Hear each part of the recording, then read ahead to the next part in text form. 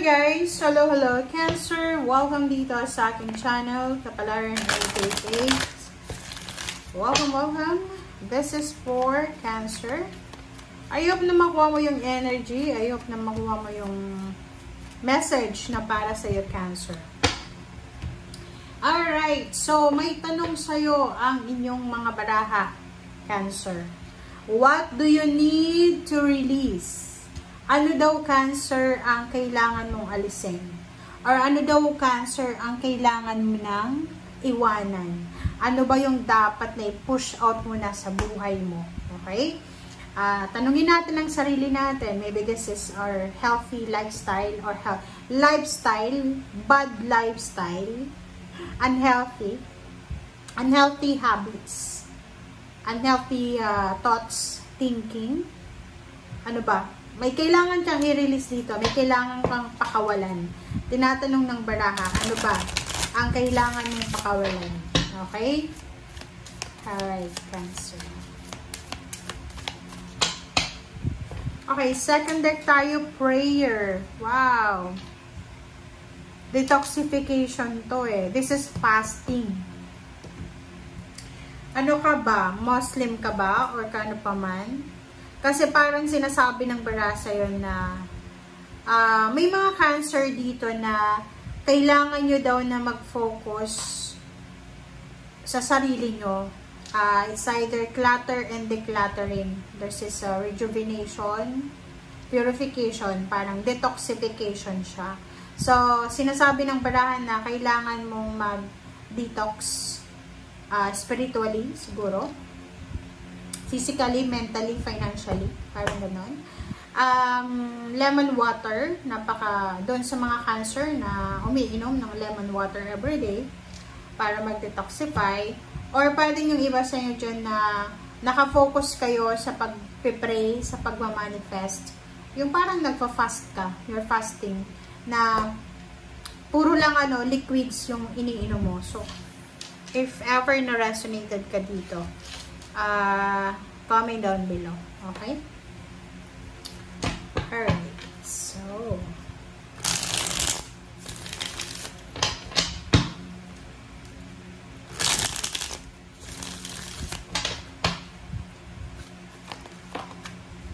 alright. The Strength card. Wow. Healing. So, yung pinaka-focus mo, Cancer, is healing. Comment down below if you resonated. Ikaw ba ay nag-detox, nagda-diet, or kano pa man para sa healing ng iyong katawan, ng iyong isip, ng iyong puso, ng iyong kaluluwa, or kano pa man. So, please comment down below. Alright, sa ilalim mo dito is King of Pentacles, Sword of Fool, and Wheel of Fortune. So, nakikita natin dito na there's incoming good news, there's an incoming communication. It's either travel, okay? It's either relocation. There's a new beginnings. There's a parang parang job offer, promotion sa trabaho, sa salary, higher position, or mga tao na pwedeng makatulong sa'yo para makaalis ka sa sitwasyon na ayaw mo. Alright, so, Cancer. Let's clarify this.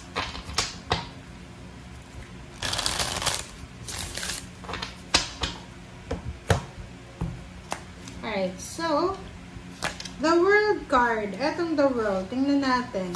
There's a 5 of Wands siya. Okay, and King of Coins. Ace of Swords. Alright, so, possible na makatanggap ka ng isang balita or there's a communication about someone na financially stable siya. Okay. So, comment down below if you resonated. Kasi, ang barahan to, sinasabi ng barahan na there's someone here na pwedeng kilala mo, kapamilya, kakilala, na she is or he is parang suffering financially or suffering emotionally. So, there's competition. There's parang parang competition. Ano pa ba? Mga conflict na posibleng pinagdadaanan niya. but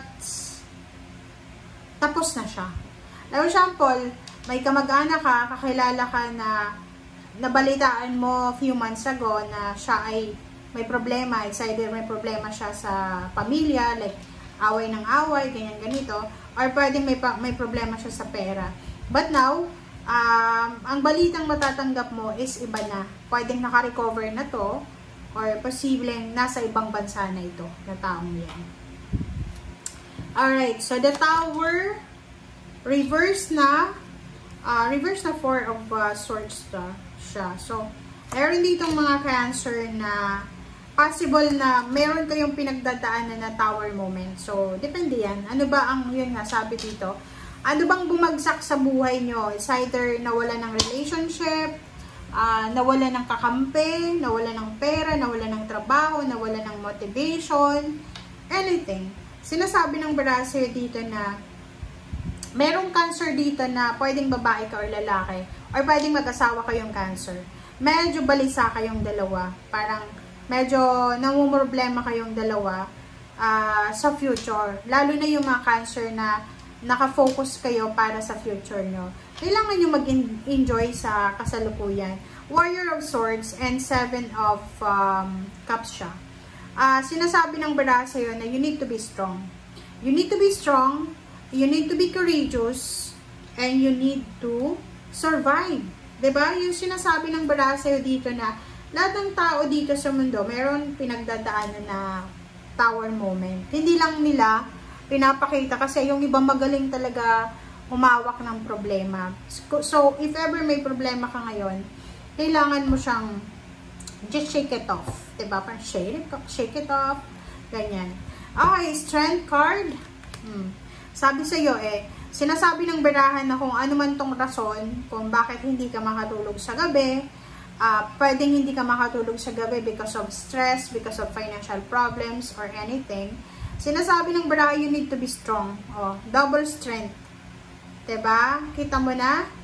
Double strength and the world. Diba? So, dalawa yung the world. Sinasabi ng baraha sa'yo dito na ano man ang pinagdadaanan mo, Cancer, sinasabi ng baraha, maging malakas ka, maging matatag ka, kasi matatapos at matatapos yan. Hindi ka mag-i-stay sa isang bagay ng panghabang buhay. Diba? Kailangan mag-enjoy, kailangan mong i-enjoy ang buhay mo. Okay? The Hermit, 4 of Wands, wow! So, yun, diba? Sinasabi siya ng baraha na you need to be strong because there's an incoming celebration, family celebration. Maybe there's a member of family, new members of family, pwedeng may pregnancy, new babies, or maybe may recognition, may awards, rewards, or mayroon kayong mga balak, like may balak magpakasal, balak mag-asawa, balak magkaroon ng anak, balak magpa-renovate ng bahay, bumili ng bahay, or anything na sinasabi na kailangan mo daw na pag-isipang mabuti. Okay? So, kung makikita mo dito, marami sa inyo, Cancer, ang medyo hindi kayo masyadong nag-iisip. Diba? Yung parang masyadong aggressive yung approach nyo sa buhay. Ang sabi naman sa'yo dito ng King of Swords, tsaka the Hermit, na okay lang.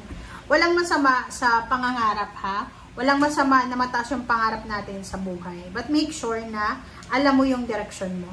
Okay? Kasi yung the star na yan, motivation yan ng mga tao, Yung mga pangarap natin, yung minamanifest natin, siya yung parang natin vitamins para maging masipag, maging matyaga, parang ganun, diba? So, the Hermit, sinasabi ng the Hermit card dito na pag-isipan natin ng mabuti ang bawat desisyon. Yun nga, may kasabihan tayo na hindi tayo dapat nagdedesisyon, lalo na kung malungkot tayo, kung parang feeling natin hindi pumapapor sa atin yung sitwasyon. Kasi magkakamali at magkakamali tayo niyan. Okay? So, next is reverse na 9 of Pentacles. So, reverse siya. So, sinasabi ng barahan na yung mga Cancer dyan na pwedeng nangangarap ka na ma-promote sa trabaho, tumaas man lang yung sweldo, or makahawak ng pera, malaking halagang pera, sinasabi ng barahan na incoming na siya. But, make sure na i-attract natin siya. Kasi, di ba, pag masyado tayong nakafocus sa wala sa atin, yun talaga yung mangyayari sa buhay natin. Kailangan focus tayo sa kung ano yung meron tayo. Okay? Be grateful and thankful sa lahat ng biyaya, sa lahat ng pagpapala na binibigay sa atin ng ating Panginoon. Okay? Thank you guys. Bye!